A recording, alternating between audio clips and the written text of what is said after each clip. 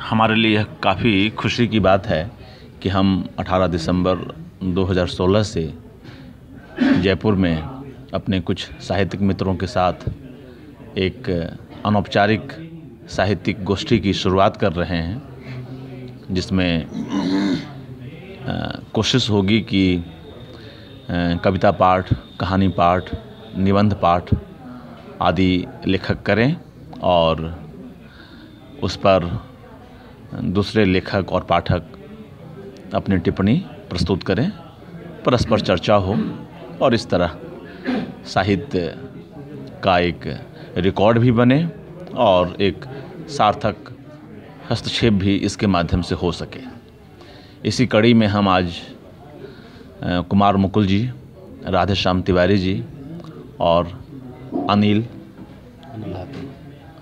अनल हाथू जी और मैं स्वयं अर्पण कुमार यहाँ एकत्रित हुए हैं जवाहर कला केंद्र में, और इसकी शुरुआत कुमार मुकुल जी की एक कविता से हम कर रहे हैं। कुमार मुकुल जी। पहाड़।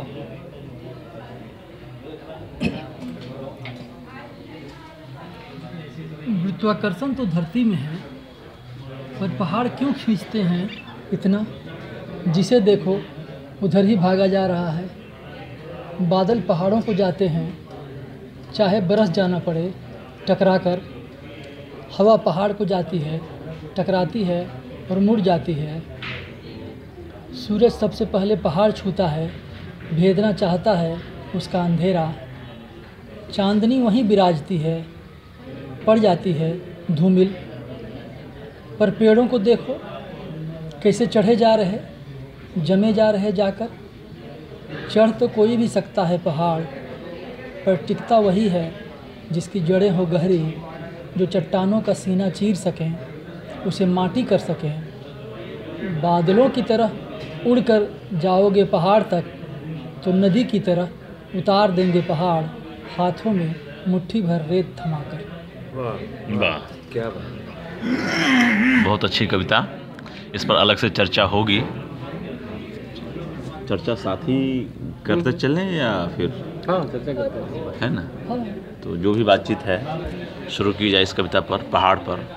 तिवारी साहब कुछ बताएं। अच्छी कविता लगी मुझे, और सबसे अच्छी बात है कि ये ज़्यादा वैज्ञानिक है जी। आजकल मैं कविता को अब ये सोच रहा हूँ कि कविता आग तो लगा सकती है, लेकिन इसकी वैज्ञानिकता में वो खारिज हो जाती है। तो इसका मतलब हुआ कि जीवन से जुड़ी हुई वो कविता है नहीं। इसमें मैं इनकी कविता में उस विज्ञान को देख रहा हूँ जिसकी मुझे तलाश होती है।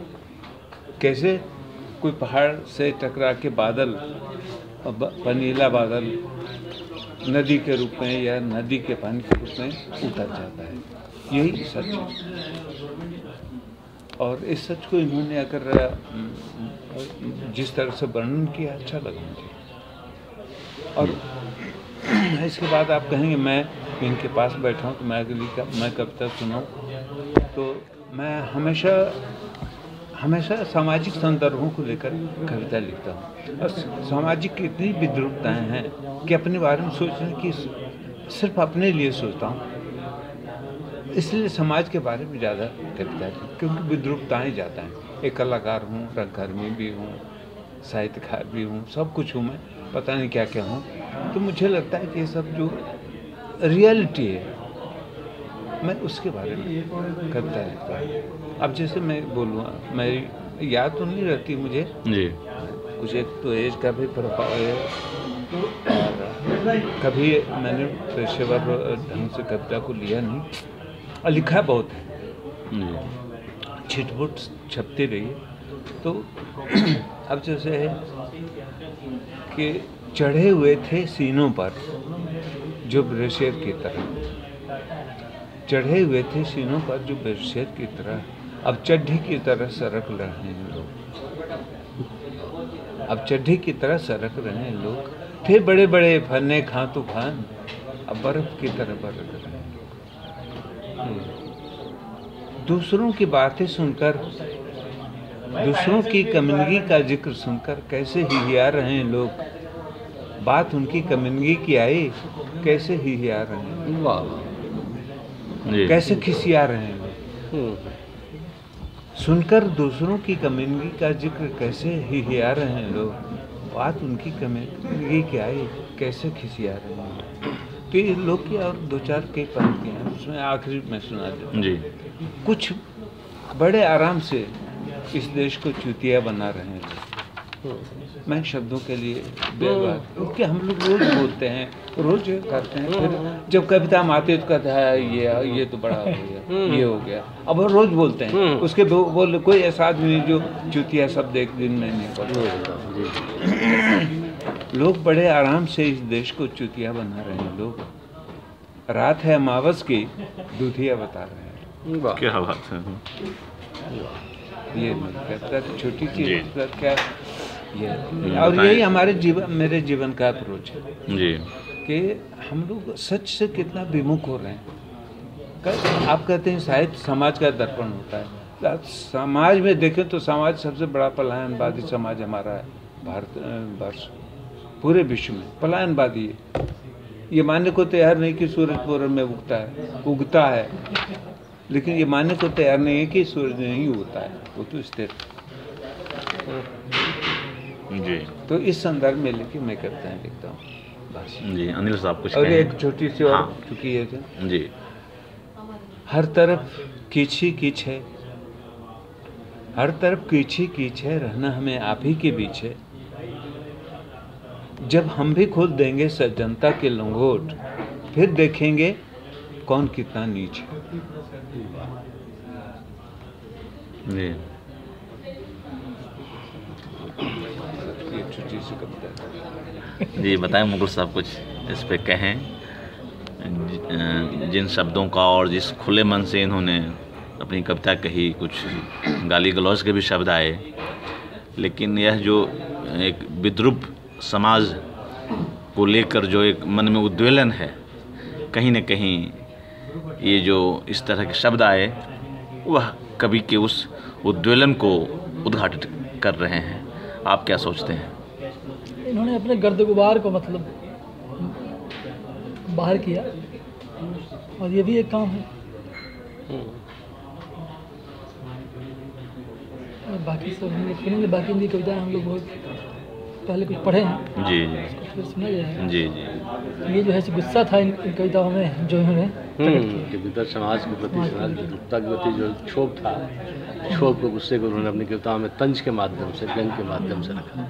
काफ़ी गहरे व्यंग की कविता है। एक चीज़ मैं और कहना चाहूँ, चाहे कला का कोई भी माध्यम हो, जब मैं इतनी कला समीक्षा करता रहूँ, जब तक कलाकार में गुस्सा नहीं होगा, और गुस्सा अपने बाप से शुरू होता है, किसी भी किस्म का जब स्थापित तक गुस्सा व्यवस्था, नहीं सत्ता के होगा, प्रति गुस्सा नहीं होगा, वो कुछ कर नहीं सकता, नया कुछ नहीं कर सकता। नया कुछ नहीं कर सकता। जी क्षोभ का होना, गुस्से का होना और जरूरी गुस्से है। का होना जरूरी है। और गुस्सा तक कब पैदा होता है? किसी अन्याय, किसी अन्यायपूर्ण दृश्य को देखकर या माहौल को देखकर गुस्सा पैदा होता है। जी। मगर हमें यह भी देखना है कि हम उस गुस्से का अधिक से अधिक सृजनात्मक उसका हम उपयोग कर सकें और उसका सरलीकरण न हो वह गुस्सा। नहीं, एक बात और है, गुस्सा है, जी। उसका आप सृजनात्मक उपयोग नहीं कर सकते। गुस्सा तो गुस्सा है। गुस्सा को किससे नहीं, गुस्सा तो अंधेरे में कविता में भी है। अगर वो आप एक सृजनात्मक उपयोग। अगर सृजनात्मक है तो गुस्सा होगा ही नहीं, फिर कविता में कई परतों में भी हम अपने गुस्से को नहीं, तो हम क्या करेंगे? परतों को उसमें ढूंढे कि हमारे अंदर जिसमें गुस्सा निकल रहा है तो गुस्सा ही निकलेगा, उसमें कोई परतों को नहीं ढूंढेगा। दो श्रेणियां हैं। एक तरफ मुक्तिबोध का गुस्सा है जिसमें अंधेरे में लिखा जाता है, एक तरफ धूमिल भी है जो सीधी सपाट बात भी करते हैं। एक बात और मैं तो एक बात और इसी बारे में हम लोग बड़ी असरलीकृत कर देते हैं। मुक्तिबोध ने ऐसा कहा, धूमिल ने ऐसा कहा, हम वैसा नहीं कर सकते। विवेकानंद ने कहा, गांधी जी ने ऐसा कहा। मैं इसमें ये थोड़ा विरोध रखता हूँ। अब मैं राधेश्याम तिवारी हूँ, राधेश्याम तिवारी क्या फील कर रहा है वो मैं अपनी तरफ से लिखूँ। जी मुझे तो ना आप नहीं, वो तो आप सही कह रहे हैं, वो आप सही कह रहे हैं। इन्होंने अपनी तरफ से बादल को देखा, पहाड़ को देखा, अब वो इनकी तरफ से मैं नहीं दे सकता। यह तो कभी ही तय करेगा कि उसे क्या लिखना ये तो है। कवि के संदर्भ में उसको तय करिए कि कवि ने अपनी बात कही है तो गुस्से में कही है, किसमें कही है, वो सही है, कितना सही है, कितना नहीं सही है, ये है। अब उसमें अगर आदमी ये तय करके अब इसको गुस्से को मैं इसको रचनात्मक बनाऊँ, ये असंभव बात है, हो ही नहीं सकता। गुस्सा हो तो सकता है, खैर। कैसे आप या तो हाँ जी जी नहीं या तो फिर आप गुस्सा कर या फिर खैर, लेकिन वो अच्छा, इनकी कविता हम लोग है। साला जी। शब्द जब बाहर निकलता है जी। तो आप साला को रचनात्मक बनाने में लगे, साला बोलिएगा ही। बोले जी जी हाँ, आप इनकी कविता पर कुछ कह रहे थे मुकुल मुकुल जी। जी की कविता पर, पहाड़ कविता है जी तो इस कविता को सुनने के पहले पहाड़ का इतना सारा संदर्भ हो सकता है, यह मुझको नहीं पता था, या यह समझ पाना बहुतों के लिए संभव नहीं रहा होगा। यह कवि की दृष्टि है जो पहाड़ को जीवन, समाज और व्यक्ति के व्यवहार के इतने बड़े फलक से जोड़ करके देखते हैं। और इसके साथ साथ उन्होंने एक बहुत जिस कविता को मेरे तय जो मुझको लगता है कविता में कहने की उन्होंने कोशिश है, एक बहुत बड़े हर कविता एक सत्य को लेकर चलती है, या एक सत्य होता है जिसको कि उस कविता में कहना होता है कवि को। इस कविता में जो मुझे लगता है वो कवि यह कहना चाह रहा था कि पहाड़ पर चढ़ना मुश्किल है अवश्य, लेकिन फिर भी कठिन है, मुश्किल है, लेकिन असंभव नहीं है। पहाड़ पर आप चढ़ सकते हैं, पहाड़ की ऊंचाइयों तक, बुलंदियों तक आप पहुंचते हैं, वहाँ पैर रखते हैं। महत्वपूर्ण है पहाड़ की ऊंचाई पर या पहाड़ की पीक पर टिके रहना। और प्रायः ऐसा होता है कि अगर आप बादल की तरह गए, जैसे मैंने कविता में कहा, तब टकरा करके आप नदी की तरह बस जाएंगे और आपके हाथ में सिर्फ रेत ही रहेगा। तो आपको पहाड़ की ऊंचाई पर, यानी पहाड़ एक प्रकार से किसी भी किस्म की सफलता किसी भी क्षेत्र में पाने का एक बिंब है। किसी भी क्षेत्र के अगर आप उच्चतम शिखर पर पहुंचना है तो वहाँ पर पहुंच कर के जमे रहने के लिए आपकी जड़ें काफ़ी गहरी होनी चाहिए, यानी जीवन से, समाज से आपका लगाव अत्यंत गहरा हो, ताकि आप वहाँ पर टिके रह सकें। नहीं तो पहाड़ की ऊंचाई की अपनी एक फिसलन होती है। प्रायः जब आप एक रथगामी यात्रा करते हैं, एक किसी भी किस्म की, या कि स्पिरिचुअल यात्रा जो होती है, या सामाजिक यात्रा, किसी भी तरह की ऊंचाई की यात्रा जो होती है, ऊंचाई हमेशा जो है जिस स्तर पर व्यक्ति है उससे ऊपर ले जाने को कहते हैं, और पहाड़ जो उसी का सिंबल है, सिंबलाइज कर रहा है। तो उस यात्रा में हमेशा फिसलने गिरने का भय भी रहता है, और सबसे बड़ा भय उसके पीक पर पहुंच करके गिरने का रहता है, क्योंकि उसके आगे फिर चढ़ने को कुछ है नहीं। इसलिए यह कवि जो है बार बार जो है जो कहता है कि वहीं पौधे जब पहाड़ पर चढ़ते हैं तो वहाँ पर टिके रहते हैं, क्योंकि उनकी जड़ें गहरी होती हैं। जबकि वही दूसरा बादल है वो वहाँ से टकरा करके उसको अंतर, वो भाषा बहुत अच्छी है इस कविता की। तो ये पूरा जो है जी एक सिंबलिज्म, बादल जो है वो पहाड़ पर चढ़ रहा है, बिंब खड़ा किया और जी, और उसके जरिए पूरा जो है जी एक जीवन के एक बड़े सत्य का उद्घाटन किया है। ये कविता मुझे बहुत अच्छी लगी। जी मुझे भी अच्छी लगी। और जैसा कि अनिल जी ने कहा, तिवारी जी ने कहा कि किस तरह यह कविता एक साथ शिखर और धरातल दोनों की बात करती है। इस कविता में दोनों तत्व हैं, और भाषा बहुत सरल होकर भी एक प्रवहमान भाषा है।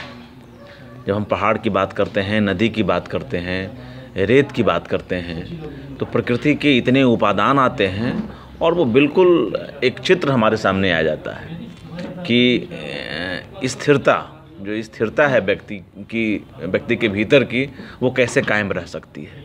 और उस स्थिरता के साथ वह जब ऊंचाई पर पहुंचेगा तभी वह उसकी ऊंचाई टिकी रह सकेगी। पेड़ के माध्यम से और बादल के टकराने और उससे पानी बनने की जो प्रक्रिया है, जिससे नदी का निर्माण होता है, उसके माध्यम से इन्होंने मनुष्य के जीवन गति को भी कहीं न कहीं वाणी प्रदान की है।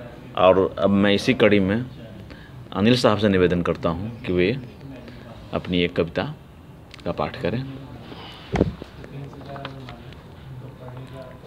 नहीं, अब इसमें कभी कभी कुछ इस कविता के बारे में कहना दिया जाए। अगर कुछ कहना है आपको जिस हम लोगों के बीच जी 3 लोगों ने आपकी कविता पर राय दी, आपकी इस कविता पर क्या राय है, इससे हाँ, अलग और इससे मिलता जुलता? जी ये कविता मैंने कहीं न कहीं मेरे जीवन दर्शन को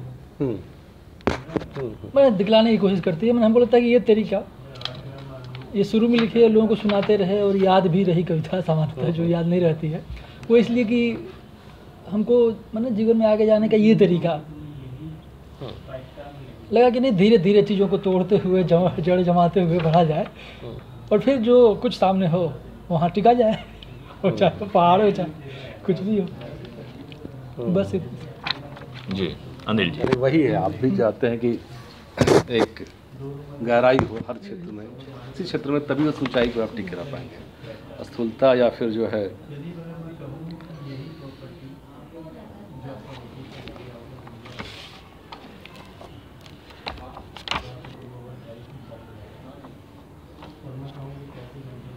अब हमारे बीच अनिल जी अपनी एक कविता रखेंगे। मैं एक छोटी कविता पढ़ने जा रहा हूँ।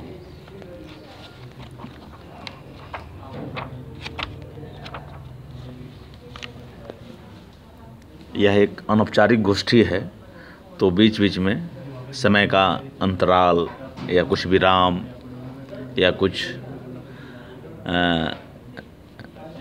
पलों का रुकना ठहरना, यह भी एक स्वाभाविक से माना जाए।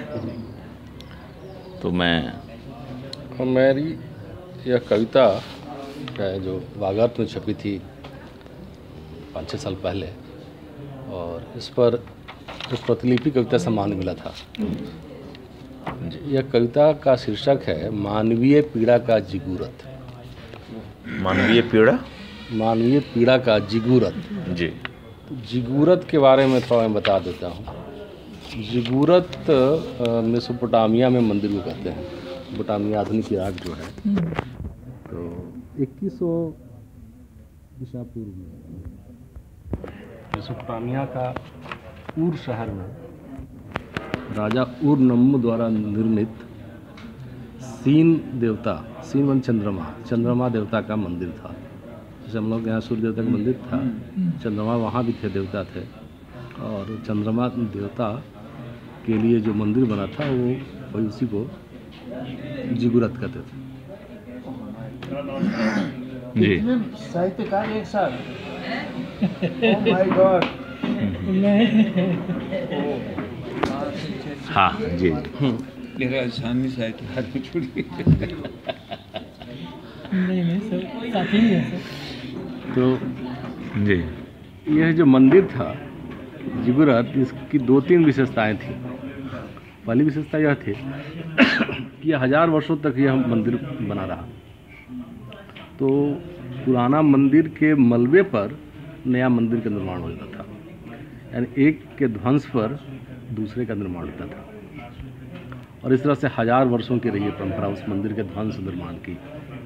दूसरा कि इस मंदिर में पुजारिन होती थी, महिला पुजारिन, जैसे कि हमारे यहाँ पाटलिपुत्रा पुराना जो था वहाँ दिखेगा पुजारिन हुआ करती थी, और देवदासियाँ तो बाद में इधर पुजारिन होती थी। और दूसरा वह जो पुजारिन होती थी वहाँ का जो भी राजा या सामंत होता था उसकी बेटी होती थी, और उसका आजीवन कुंवारी रहना पड़ता था ताकि विवाहित रहे और देवता की पूजा अर्चना करे, और ताकि बाकी जो सामंतों पुरोहितों का जीवन खुशहाल बना रहे, इसलिए उसको अपनी खुशियों की कुर्बानी देनी पड़ती थी।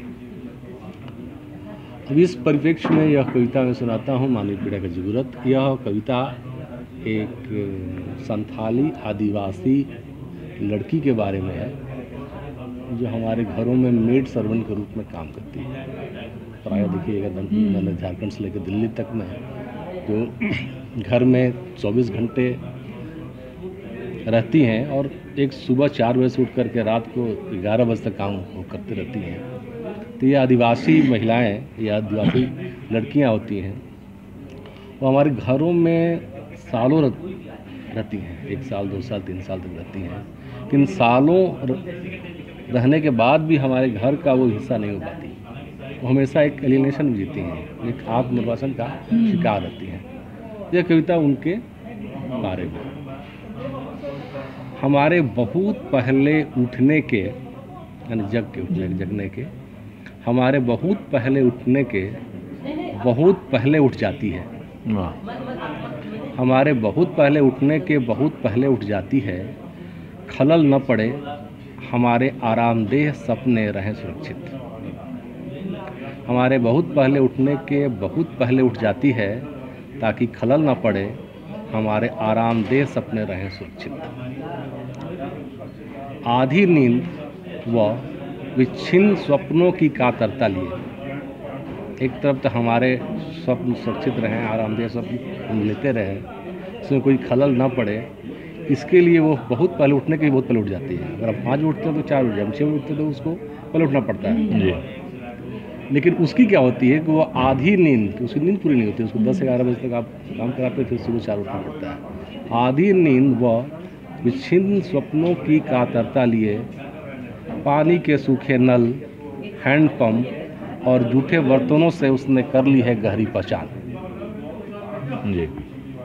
आधी नींद व चीनी है डाल दो।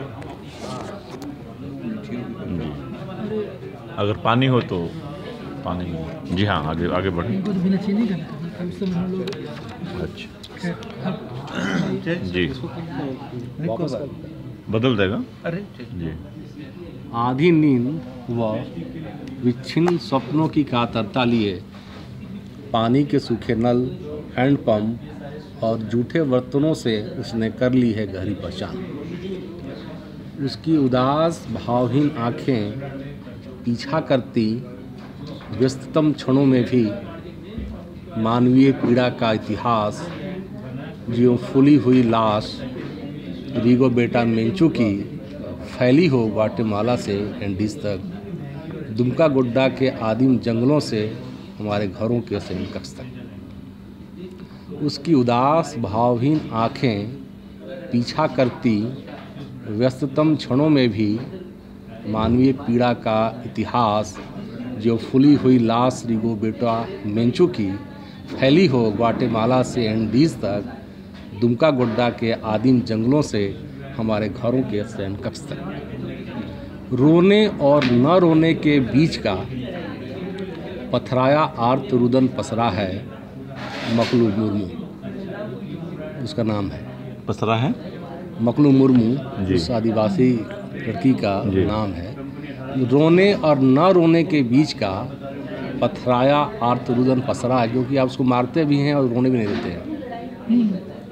तो रोने और न रोने के बीच का, रोना चाहती है लेकिन रोने को जज कर लेती है, तो रोने और न रोने के बीच का पथराया आर्त रुदन पसरा है मकलू मुर्मू। अपने बोझिल एकाकीपन और निरीह तन्हाइयों में वह एक खामोशी से चलकर दूसरी खामोशी तक पहुंचती है। अपने बोझिल एकाकीपन और निरीह तन्हाइयों में वह एक खामोशी से चलकर दूसरी खामोशी तक पहुंचती। उसके त्रासद सपनों में कोई राजकुमार नहीं आता, उसके त्रासद सपनों में कोई राजकुमार नहीं आता। सिले हुए होठों, खौफ ज़्यादा बरौनियों, उदास लंबोतरे चेहरे पर चिपकी अवस बेबसी व बेकली के बीच भी जिंदगी जीने की एक गहरी ललक। सिले हुए होठों, खौफ ज़्यादा बरौनियों, उदास लंबोतरे चेहरे पर चिपकी अवस बेबसी व बेकली के बीच भी जिंदगी जीने की एक गहरी ललक। हम विस्मित थे। और भाषा का मतलब आदेश, वो भाषा का मतलब आदेश और शब्दों को कुत्तों का कटखनापन समझती। उसके होठों पर हंसी देखना एक लंबा और उबाऊ इंतजार है। बहुत मार्मिक कविता अनिल जी की। आगे और है ये जी, बहुत मार्मिक कविता। और कविता का जो एक समाजशास्त्रीय पक्ष जो हो सकता है वह इसमें है। और एक आदिवासी लड़की की पीड़ा को एक बृहत्तर भौगोलिक आयाम दिया गया है। और कविता का शीर्षक जिसमें मेसोपोटामिया के मंदिर का जिक्र किया गया है, उसके बहाने से यह कविता चलती है।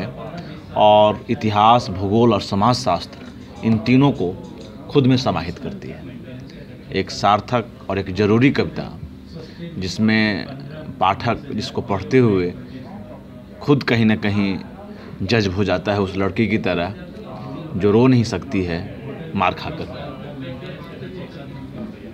जिसकी आंखों में सदियों से जागृति ही जागृति है, जागरण ही जागरण है, नींद और स्वप्न उसके लिए ऐसा लगता है कि मानो इस जन्म की बात ना हो। मैं मुकुल साहब से और राधेश्याम तिवारी से निवेदन करता हूँ कि वो इस कविता पर कुछ कहें। मुकुल साहब।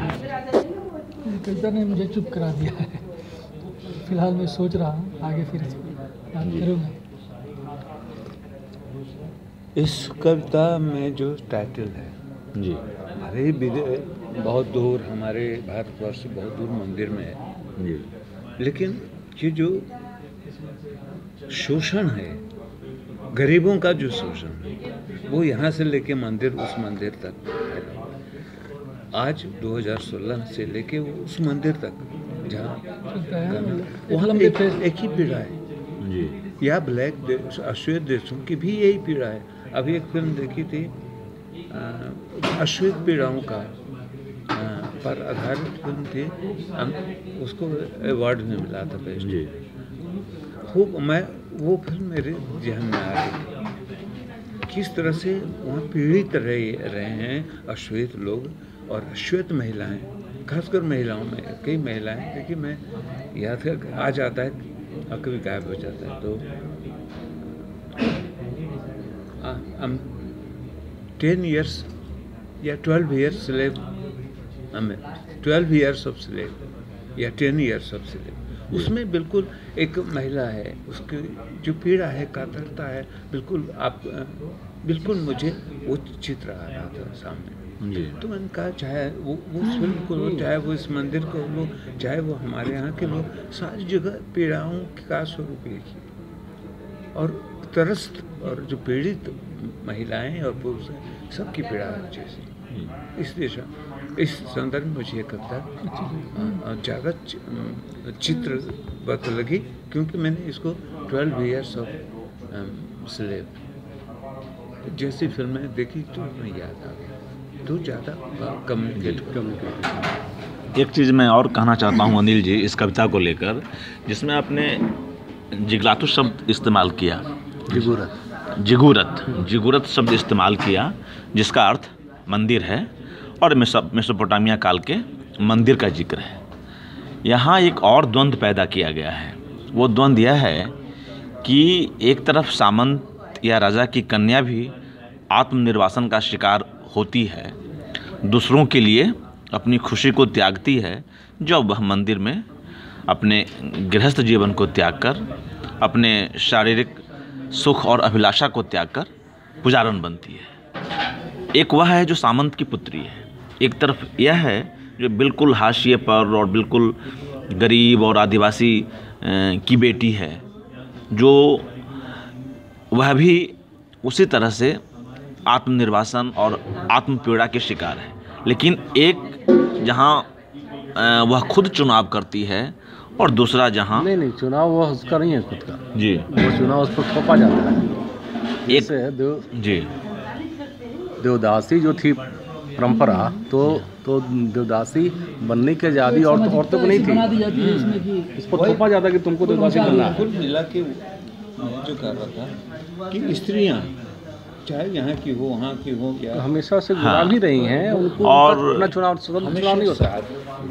कविता के शीर्षक और कविता के कथ्य में कहीं यह भी उभर कर आता है कि आर्थिक पृष्ठभूमि अलग अलग होने के बावजूद भी स्त्री या लड़की शोषित है हमारे समाज में, जिसकी ओर इशारा अभी स्वयं कवि ने भी किया, पूरे विश्व समाज।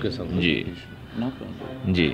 अब अनिल जी जो इस कविता के रचयिता हैं, वह स्वयं बताएं इसकी रचना प्रक्रिया के बारे में। और यह कविता बिल्कुल मैंने कविता की जो पात्र है वो बिल्कुल सही है, ये कोई काल्पनिक पात्र नहीं है, मेरे घर की ही पात्र है जी।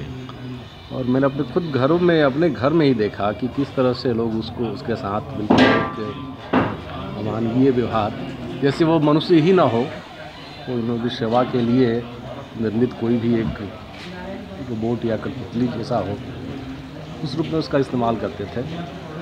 और वह एक सतत आत्मनिर्वासन, मैंने कंटिन्यूअस, ऐसा नहीं कि कुछ घंटे के लिए नहीं, वो लगा कि 24 घंटे में ही 24 घंटे ही उस एक आत्मनिर्वासन की पीड़ा को झेलते हुए एक अत्यंत करुणा उसके चेहरे पर चिपकी रहती थी।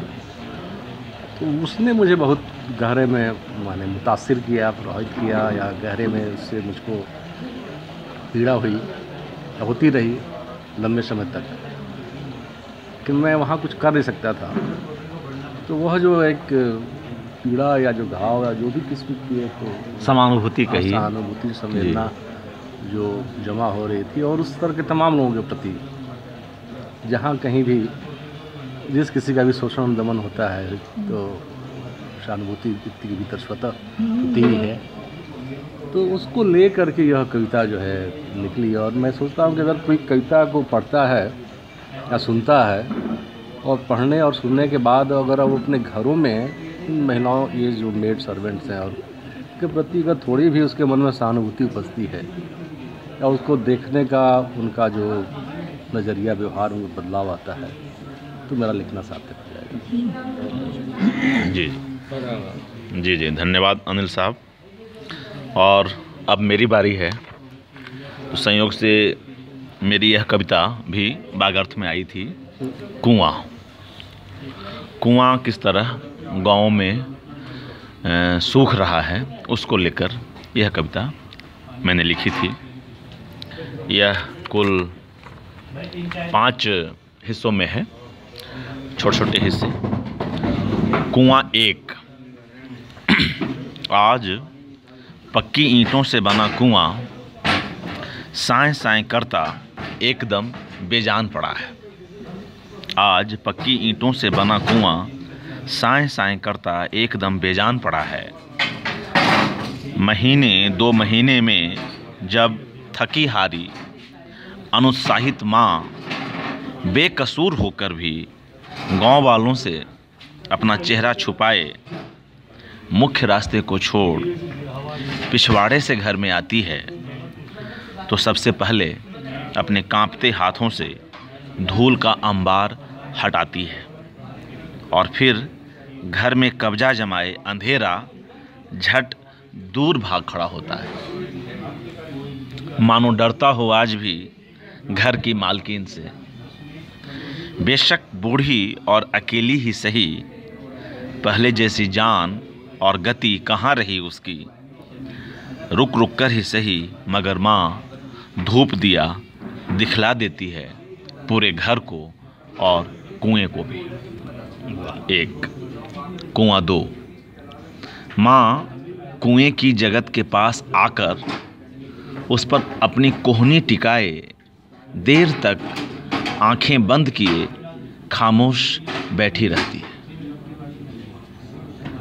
जाने क्यों कुएं से टिकी माँ की आंखों से आंसू की 2 धाराएं बह निकलती हैं। फट पड़ना चाहता है उसका हृदय, मगर तभी अपने पति के कई अधूरे काम याद आते हैं उसे, और संभाल लेती है वह अपने आप को। कुआं 3। कुआं माँ को अतीत में लेकर चला जाता है। तब वह नई नवेली दुल्हन बनकर इस घर में आई थी। इस कुएं का पानी ही यहाँ ससुराल में उसने सबसे पहले ग्रहण किया था, मगर हाय रे समय का चक्र, पति संसार छोड़ गया और बच्चे यह घर। माँ इन सभी की ओर से कुएं से माफ़ी मांगती है। कुआं 4। माँ की निःशब्द भावना को देखकर कुआं पसीज जाता है। सतह के नीचे भीगा अधभीगा अपने एकांत में देर तक डूबता उतराता है। और इस श्रृंखला की अंतिम कविता कुआं 5।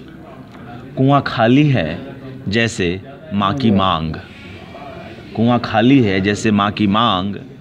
दोनों के अपने अपने दर्द हैं। दोनों एक दूसरे के सूनेपन को जानते समझते हैं। दोनों को समय ने एक ही तलछट पर लाकर पटक दिया है। एक ने इस घर को पानी दिया और दूसरे ने दूध, मगर आज ये दोनों स्रोत सूख चुके हैं।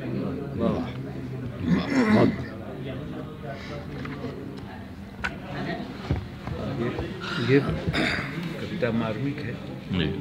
और आज जो कुएं सूख रहे हैं और माँ के आंसू और माँ की जो के सपने जो सूख, एक माँ के नहीं है, ये पूरे माँ समुदाय की यही स्थिति है कि वो कहीं न कहीं वो सूख गए हैं, जैसे कुएं सूख गए, पानी नहीं है। तो अब जो हमारे यहाँ माँ की जो कल्पना थी, जो ममता, अब सिर्फ शब्दों में रह गए। माँ की ममता वो ये आज दिल्ली बम्बई जैसे 70% जो माएँ हैं, इवन जो उनके पति जीवित हैं, उसकी स्थिति कुएं जैसी भले ही वो शादीशुदा है, लेकिन उसकी स्थिति, उसके अंदर ममता सूख गई है और उस माँ के प्रति लोगों की ममता सूख गई। ये हुआ है, ममता तो सूखी है, लोगों की ममता भी माँ के प्रति सूख गई, जैसे कुओं के प्रति। और जैसे कुओं में पानी का आना किसी के वश में नहीं है, वैसे ही अब ये जो माँ सूखती ममता सूखती जा रही है। ये भी ममता का कुआं है, कुआं क्या समुद्र है। अब वो जो सूखता जा रहा है, दोनों में कहीं न कहीं बहुत सी समानता है। बड़ा अच्छा कुआं और इसको माँ की ममता के समुद्र, उसका कुआं भी सूखे, चाहे इस वजह से सूखे, आपने दोहन कर लिया, प्रकृति दोहन से कुआं सूख गया और सामाजिक दोहन से माँ का कुआं सूखा।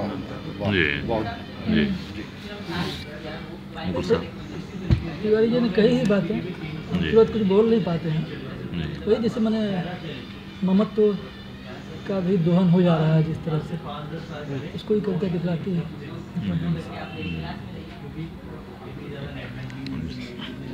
इस कविता में कुएं के सिमली द्वारा कुएं का के बिंब के वृक्ष माँ की जो कहिए कि माँ को हाशिए पर धकेल देने की जो सामाजिक और परिवेशगत प्रक्रिया इन वर्षों में शुरू हुई है। और मेरे ख्याल में दोनों ही कुएं का सूखना, कुआं पहले एक सांझी गांव की सांझी संस्कृति का प्रतीक हुआ करता था। यहाँ पूरे गांव भर की औरतें या एक परिवार की औरतें अवश्य ही एक जगह खड़े होकर के कुएं से पानी भरती थी, आपस में उनका मिलना जुलना वाद विवाद होता था और एक सामाजिकता बनती थी वहाँ से कुएं से। अब कुएं भी सूखते गए हैं और उसी के वृक्ष जो है माँ के प्रति जो एक माँ जो परिवार का एक धुरी और सेंटर हुआ करती थी, अब धीरे धीरे उसकी धुरी से अलग हटाकर उसको हाशिए पर डाल दिया गया है। और जिस तरह से सूखा हुआ कुआं एक प्रकार से उस परिवार और समाज के लिए किसी काम का नहीं रह जाता है, परित्यज्य हो जाता है, माँ भी कहीं न कहीं उसी भूमिका में परिवार के लिए आखड़ी हुई है। और कविता जो है इस पूरी कारुणिकता को बहुत गहरे में डिपिक्ट करती है, बिंबित करती है। पूरा वह कुएं के समानांतर माँ की भी जो स्थिति है या नीति है, जो 21वीं सदी में माँ की जी नीति पर एक प्रकार से यह व्यंग भी कह सकते हैं, क्योंकि पति भी तो छोड़ के गए ही हैं पति की मृत्यु होने के चलते जी, और बच्चे भी माँ को छोड़ के चले गए हैं। और ऐसा भी नहीं होता कि वो माँ को अपने साथ में ले गए हैं, माँ को उन्होंने उसी घर में छोड़ दिया है जहाँ कुआं सूख गया है। और माँ अपने दूध को कुएं से वो के समानांतर उसको तादाद में स्थापित करती हैं। इसलिए कुएं के जगत से सट कर को बैठ कर के उस पीड़ा से वो रोती हैं। लेकिन वहाँ इतना भी अवकाश नहीं, क्योंकि उस समय उनके पति जिंदा थे, तो उस पीड़ा को निकालने का भी अवकाश या स्पेस नहीं है उनको, क्योंकि तुरंत उनको पति का दिया काम याद आ जाता है जी। और फिर उनको तो इस कविता में के एक स्त्री की पीड़ा के कई स्तरों को कुएं के माध्यम से दिखाया गया है। जी, इन अर्थों में बहुत ही महत्वपूर्ण करता है। जी, धन्यवाद अनिल साहब। और अब इस तरह से हम यह अनौपचारिक गोष्ठी आज यहीं समाप्त करते हैं, मगर उसके पूर्व मैं श्री राधे श्याम तिवारी जी से एक अनौपचारिक धन्यवाद प्रस्ताव के लिए निवेदन करता हूँ। तिवारी जी। अनौपचारिक धन्यवाद मैं क्या दूँ, इसके बारे में क्या कहूँ। हम लोग सब मिलेंगे और ऐसे ही बातें करेंगे। धन्यवाद, अनौपचारिक धन्यवाद होता है क्या? अनौपचारिक हो गया तो धन्यवाद नहीं, धन्यवाद तो अनौपचारिक नहीं।